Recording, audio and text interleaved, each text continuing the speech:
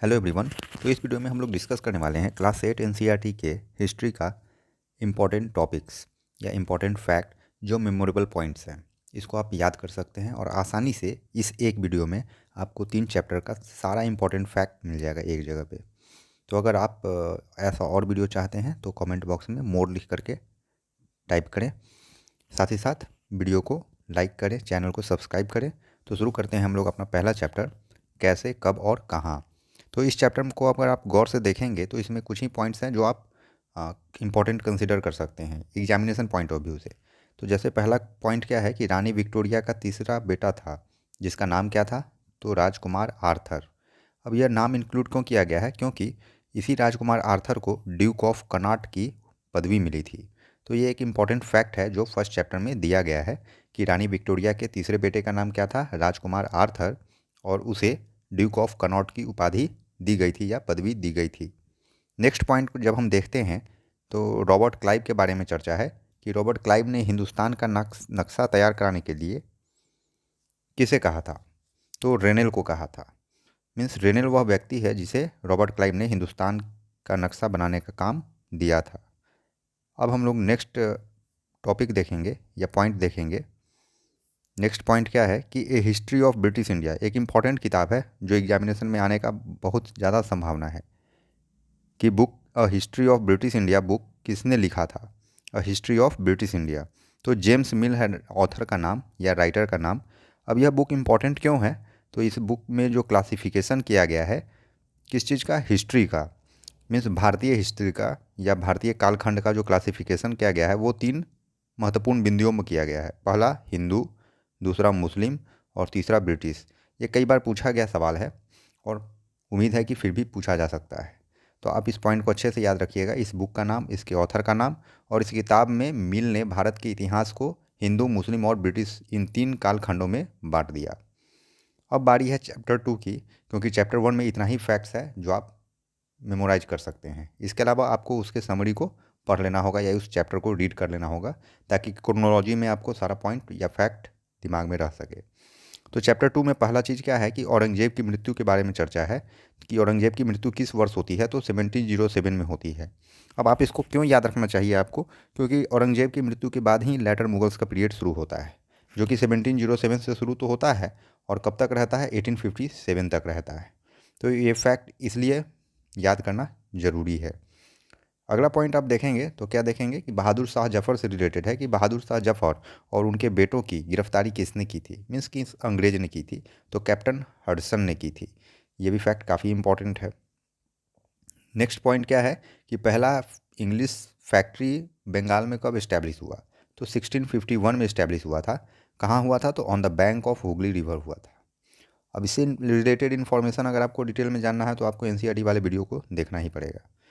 Next point क्या है important कि earlier traders were non age, means जो ट्रेडर व्यवसायिक या व्यवसायी होते थे शुरुआती दौर में जो अंग्रेज के हुआ करते थे उनको किस नाम से जाना जाता था, तो फैक्टर के नाम से जाना जाता था।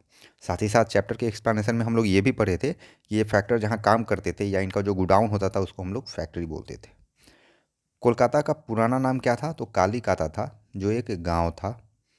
वहीं नेक्स्ट पॉइंट क्या कहता है कि औरंगजेब के बाद जो बंगाल के नवाब बने जो भी आए उनका क्रोनोलॉजी क्या है, क्योंकि ये इम्पोर्टेंट है। तो याद रखिएगा, पहला क्या था, मुर्शीद कुली खान, दूसरा था अलीवर्दी खान, तीसरा सिराजुद्दौला, फिर मीर जाफ़र, फिर मीर कासिम और अगेन मीर जाफ़र बनता है। तो इसका शॉर्टकट क्या हो सकता है, तो आप अपने तरफ से न्यूमोनिक्स बना सकते हैं, लेकिन हम कैसे याद किए हैं कि कुली वर्दी सी, कुली वर्दी सी जा कसम जा, कुली वर्दी सी जा कसम जा। तो इस तरह से आप याद कर सकते हैं, अपना कोई न्यूमोनिक्स बना सकते हैं। ये क्रोनोलॉजी है, क्रम है किसका, जो नवाब बंगाल में बने औरंगजेब के बाद उनका। अब हम लोग अगली टॉपिक को देखते हैं कि अगला इंपॉर्टेंट टॉपिक क्या है। तो अगला इंपॉर्टेंट टॉपिक है रॉबर्ट क्लाइव से रिलेटेड कि रॉबर्ट क्लाइव भारत में कब आया था, तो 1743 में आया था। एनसीईआरटी का हर एक पॉइंट या हर एक फैक्ट जो है काफ़ी इंपॉर्टेंट होता है एग्जामिनेशन पॉइंट ऑफ व्यू से। और कहाँ आया था, तो मद्रास में आया था। कब आया था, तो 18 ईयर्स ऑफ एज में आया था। अब कहिएगा ये बकवास है, तो बकवास नहीं है। क्यों, क्योंकि जब यह पूछ सकता है कि इल्तुतमिश ने कुतुबुद्दीन ऐबक ने इल्तुतमिश को कितने में खरीदा, तो ये भी पूछ सकता है। इन 1767 he became governor 2 times, means 2 bar governor बनता है। इन 1772 ब्रिटिश पार्लियामेंट में उसके खिलाफ करप्शन चार्ज लगे और 1774 में वो सुसाइड कमिट कर लेता है, मीन्स आत्महत्या कर लेता है। तो ये रॉबर्ट क्लाइव से रिलेटेड फैक्ट है जो इस चैप्टर में रॉबर्ट क्लाइव के बारे में दिया गया है। नेक्स्ट क्या है, रिचर्ड वेलेजली के बारे में है, जो कि गवर्नर जनरल था। कब से कब तक, तो 1798 से 1805 तक। और कह रहा है इसने 1801 में अवध के नवाब को आधा इलाका सौंपने के लिए मजबूर कर दिया, मीन्स उससे आधा इलाका ले लिया था। किसने लिया, रिचर्ड वेलेजली ने लिया। आगे रॉबर्ट क्लाइव से रिलेटेड इन्फॉर्मेशन है कि किस युद्ध में सिराजुद्दौला को हराया था रॉबर्ट क्लाइव ने। तो ये तो आपको पता होगा, प्लासी के युद्ध में। ये कब हुआ था, 1757 में। बक्सर के युद्ध के बारे में आप खुद जानते होंगे, नहीं तो उसे देख लीजिए। नेक्स्ट क्या है, सिराजुद्दौला के बारे में कि सिराजुद्दौला को उसके किस सेनापति ने धोखा दिया। तो ये हम लोग चैप्टर में पढ़े थे कि मीर जाफ़र ने दिया था। आगे ईस्ट इंडिया कंपनी से रिलेटेड इन्फॉर्मेशन है कि ईस्ट इंडिया कंपनी के कोर्ट ऑफ प्रोप्राइटर्स की मीटिंग कहाँ होती थी। जगह भी पूछ लेता है कभी कभार, तो आप याद रखिएगा कि East India House, Leadenhall Street, London. Okay, तो ये था ईस्ट इंडिया कंपनी से रिलेटेड इन्फॉर्मेशन। नेक्स्ट फैक्ट क्या है वो भी हम देख लेते हैं कि मीर जाफ़र दोबारा नवाब कब बना। तो बक्सर युद्ध के बाद 1765 में। बक्सर युद्ध कब और किसके बीच हुआ, तो मीर कासिम और अंग्रेज 1764 में हुआ था। ये अभी थोड़ी देर पहले हम लोग पढ़े थे प्लासी, अब हम लोग 1764 में बक्सर के बारे में पढ़ रहे हैं। और प्लासी का नाम प्लासी क्यों पड़ा, ये एनसीईआरटी के चैप्टर एक्सप्लेनेशन में दिया गया है, तो आप वहाँ भी देख लें। आगे कह रहा है कि मीर जाफ़र की मृत्यु कब होती है, तो 1765 में। ये काफ़ी इंपॉर्टेंट नहीं है। मुगल सम्राट ने ईस्ट इंडिया कंपनी को दीवानी कब सौंपी, काफ़ी इंपॉर्टेंट है, 1765 में सौंपी, और बिहार और उड़ीसा दोनों क्षेत्रों का। आगे हम लोग देखते हैं रॉबर्ट क्लाइव ने आत्महत्या कब की, तो 1774 में की। नेक्स्ट है हैदर अली का शासनकाल बता रहा है कि टेन्योर क्या था, उसके शासनकाल का अवधि क्या था, तो 1761 से 1782 तक का था। वहीं उसके बेटे टीपू सुल्तान का शासनकाल क्या था, तो 1782 से 1799 तक था। अब एंग्लो मैसूर वार कितने हुए थे, तो 4 हुए थे। ये हम लोग चैप्टर एक्सप्लेनेशन में पढ़े हैं। पहला कब से कब था, 1767 से 69, दूसरा 1780 से 84, और तीसरा 1790 से 92, और लास्ट जो था 1799 में हुआ, जो ख़त्म ही कर दिया इस वंश को। किस वंश को, तो हैदर अली के वंश को। अब कह रहा है एंग्लो मैसूर लास्ट वार जो हुआ था वो किस जगह हुआ था, तो ये इंपॉर्टेंट फैक्ट है, श्रीरंगपट्टम में हुआ था। वहीं टिप्पू सुल्तान की हत्या के बाद अंग्रेजों ने किसे राजा बनाया, तो वोडियार राजवंश को, जिसको हटा करके हैदर अली बना था। तो वोडियार राजवंश को वापस स्थापित कर दिया। नेक्स्ट क्या है कि 1792 में मैसूर के खिलाफ कौन कौन लड़े। मैसूर के खिलाफ कौन कौन था, तो 3 मिलकर लड़े थे। पहला मराठा, दूसरा हैदराबाद, और तीसरा ब्रिटिश। हैदराबाद के जगह पे आपको नवाब भी दे सकता है, तो कोई उसमें दिक्कत नहीं होना चाहिए। आगे क्या है कि विक्टोरिया और एल्बर्ट म्यूजियम कहाँ है, तो लंदन में है, नाम याद होना चाहिए। नेक्स्ट इंपॉर्टेंट फैक्ट चैप्टर में क्या दिया है, तो फर्स्ट एंग्लो मराठा वार कब ख़त्म हुआ, तो ये हमको ध्यान में नहीं रखना है। नेक्स्ट क्या है कि सालबाई संधि किनके बीच हुई थी, तो ब्रिटिश और मराठा के बीच में। कह रहा है सेकेंड एंग्लो मराठा वार कब से कब तक चला, तो 1803 से 1805 तक चला था। वहीं थर्ड एंग्लो मराठा वार 1817 से 1819। तो एक टाइम फ्रेम दिमाग में होना चाहिए, तभी आप क्रम वाला जो क्वेश्चन होता है उसको कर सकते हैं, या मैच द कॉलम भी पूछ सकता है, तो इसलिए भी इसको ध्यान में रखना है। अब नेक्स्ट टॉपिक क्या रहा होगा वो हम देखते हैं। तो नेक्स्ट टॉपिक था कि थर्ड एंग्लो मराठा वार के बाद पेशवा को कहाँ भेज दिया गया। बहुत इंपॉर्टेंट क्वेश्चन है ये, कि थर्ड एंग्लो मराठा वार के बाद ये पेशवा को कहाँ भेज दिया गया, तो पेशवा को बिठूर में भेज दिया गया और उन्हें पेंशन पे रखा गया। अब पेंशन का पैसा भी देख लीजिएगा, क्योंकि जो सेकेंड TRE 2 में जो क्वेश्चन का लेवल था उस हिसाब से अगर हम लेवल को देखें तो यहाँ पे पूछा जा सकता है। नेक्स्ट क्या है कि लॉर्ड हेस्टिंग का टाइम पीरियड क्या रहता है, या टेन्योर क्या होता है, तो 1830 से 1823। अब कह रहा है कि कितूर से अंग्रेजों के खिलाफ कौन लड़ा। कितूर के बारे में चर्चा है एनसीईआरटी टेक्स्ट बुक में, तो चेन्नम्मा और रायन्ना, ये 2 रानियाँ थीं जो लड़े थे। आगे कह रहा है अंग्रेजों ने पंजाब पर कब्जा कब किया, तो जब तक महाराजा रंजीत सिंह जिंदा थे तब तक पंजाब की तरफ देखने का किसी में हिम्मत नहीं था। लेकिन जब रंजीत सिंह गुजर जाते हैं तो 1849 में पंजाब पर अंग्रेज कब्जा कर लेता है। आगे विलय की नीति के बारे में चर्चा है कि विलय की नीति किसने लाई थी, तो ये ऑब्वियस है, आपको पता होगा कि लॉर्ड डलहौजी ने लाई थी। इसके तहत कौन कौन से रियासत अंग्रेजों के हाथ में गए, तो ये हमको क्रम अनुसार याद होना चाहिए। ठीक है, तो पहला देख रहे हैं आप संभलपुर है, दूसरा देख रहे हैं उदयपुर है, तीसरा नागपुर, फिर झांसी।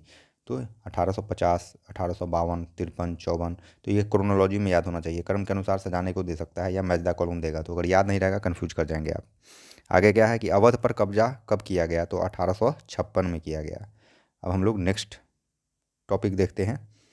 नेक्स्ट टॉपिक क्या है कि वैरन हेस्टिंग्स के बारे में बोल रहा है कि वैरन हेस्टिंग्स का टेन्योर क्या रहता है, कब से कब तक, तो 1773 से 1785 तक।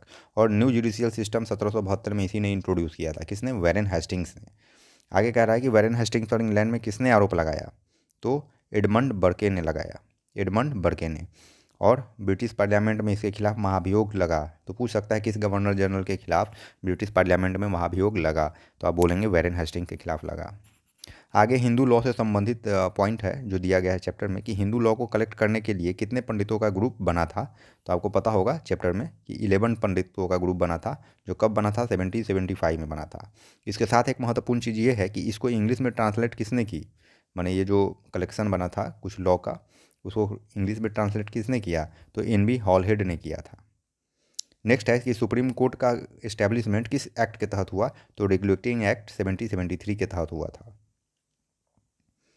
आगे साउथ अफ्रीका में दास प्रथा कब खत्म हुआ। अब ये वर्ल्ड हिस्ट्री से रिलेटेड है, लेकिन चैप्टर में दिया गया है बॉक्स में, तो इम्पोर्टेंट हो जाता है। तो साउथ अफ्रीका में दास प्रथा कब खत्म हुआ था? 1834 में हुआ था। इसको रट ही लीजिए। तो ये था ये 2 चैप्टर। अब हम लोग फर्स्ट चैप्टर पे चलेंगे, 12th चैप्टर पे, जिसका आपको इम्पोर्टेंट फैक्ट्स मिल जाएगा यहाँ पे। तो वो क्या है कि स्वतंत्रता के बाद, इससे पहले एक फैक्ट है जिसको आप देख लीजिए, ये भी वर्ल्ड हिस्ट्री से रिलेटेड है लेकिन बेहद इंपॉर्टेंट है, कि उप सहारा अफ्रीका का पहला देश जो आज़ाद हुआ, तो घाना इसका आंसर होगा। कब आज़ाद हुआ था ये? तो 1957 में हुआ था। और इसके स्वतंत्रता आंदोलन के जो प्रमुख नेता थे, कुआमे नक्रुमा, कुआमे नक्रुमा। तो ये याद रखना, NCERT में दिया है इसलिए इंपॉर्टेंट है, पूछ सकता है, वर्ल्ड हिस्ट्री से क्वेश्चन रहता है। ट्री 3 में भी था, ट्री 4 में भी था। अब हम स्वतंत्रता के बाद देखते हैं कि स्वतंत्रता के बाद का पहला फैक्ट क्या है इस चैप्टर में। तो महात्मा गांधी की अस्थियों का विसर्जन कहाँ हुआ था? तो इलाहाबाद में हुआ था। गांधी की हत्या कब हुई थी? तो 13 जनवरी 1948 को हुई थी। वहीं 1947 में भारत की आबादी कितनी थी? तो अप्रॉक्स पूछ सकता है, तो 34.5 करोड़ थी, जो NCERT में मेंशन्ड है। वहीं अगला फैक्ट क्या था कि हिंदी भाषा का संविधान सभा में विरोध किसने किया था? तो TT कृष्णमचारी ने किया था। ये बहुत इंपॉर्टेंट क्वेश्चन है। नेक्स्ट, तेलुगु भाषियों के लिए अनशन करते हुए किसकी मृत्यु हो गई थी? तो पोट्टी श्रीमालू की हो गई थी, पोट्टी श्रीरामुलू की। अब नेक्स्ट पॉइंट क्या है कि भाषा के आधार पर आंध्र राज्य का गठन कब हुआ था? तो 1 अक्टूबर 1953 को हुआ था। वहीं प्रथम राज्य पुनर्गठन आयोग ने अपनी रिपोर्ट कब दी थी? तो 1956 में दी थी। आगे आप देखेंगे कि 1960 में बम्बई प्रांत बटा था। वहीं किन 2 भागों में बटा था भाषा के आधार पर? तो मराठी और गुजराती में। वहीं पंजाब कब बटा था? तो 1966 में बटा था। अब नेक्स्ट क्या है कि भिलाई इस्पात संयंत्र कब स्थापित हुआ? तो 1959 में। और किसके मदद से? USSR की मदद से। और कहाँ लगाया गया? तो छत्तीसगढ़ में। अब कहिएगा ये इंपॉर्टेंट कैसे है? तो जब टिस्को के बारे में पूछ सकता है तो इसके बारे में पूछ सकता है। टिस्को तो पूछ लिया है, अब नेक्स्ट चांस इसी का हो सकता है। आगे हम लोग देखते हैं कि गुट निरपेक्ष आंदोलन के संस्थापक सदस्य कौन थे? तो कुछ देश थे। पहला क्या था? इजिप्ट। दूसरा क्या था? यूगोस्लाविया। पहला इजिप्ट, दूसरा यूगोस्लाविया, तीसरा इंडोनेशिया, चौथा घाना और फिर इंडिया था। और श्रीलंका का पुराना नाम आपको पता ही होगा, सिलोन।